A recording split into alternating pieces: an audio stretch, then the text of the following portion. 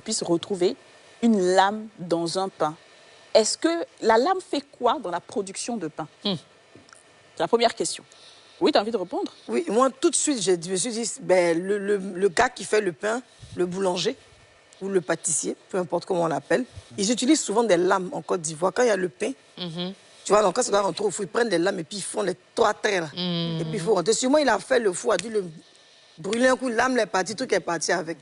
Ok, Malheureusement, ça c'est ton explication. Oui, parce que ces lames, ils prennent pour couper les pains en général. Mais Ça ne devrait pas, parce que normalement, c'est les paires de ciseaux. Ça, c'est quand tu vas dans les pâtisseries européennes. Malheureusement, on dit consommer ivoirien, mais ceux qui ont des noms, des connotations françaises, il n'y a pas ça là-bas. Mais chez nous, on a bien ça.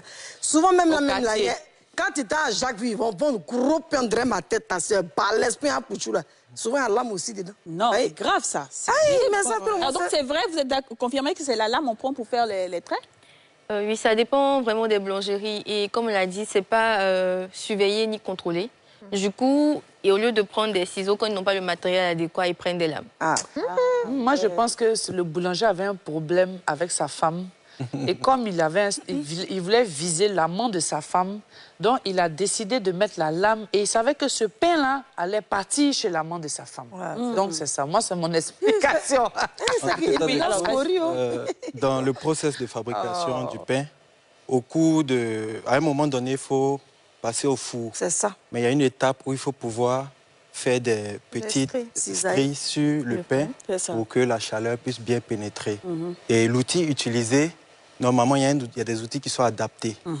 Et l'outil adapté, c'est quoi? C'est lequel? Bon, il y a des spatules qui peuvent être utilisées, des spatules réglementaires. Et malheureusement, dans la pratique, on constate que des boulangeries utilisent des vieux couteaux, des lames, tout ce qui peut trancher. Tout ce qui peut trancher, des ciseaux peut-être. Et tout ça, c'est ce qui arrive lorsque il n'y a pas de mesures sanitaires qui sont prises en compte dans le processus métier engagé. Donc la théorie de Yasmine peut tenir où il a pris la lame, il a coupé, puis il a oublié. Exactement.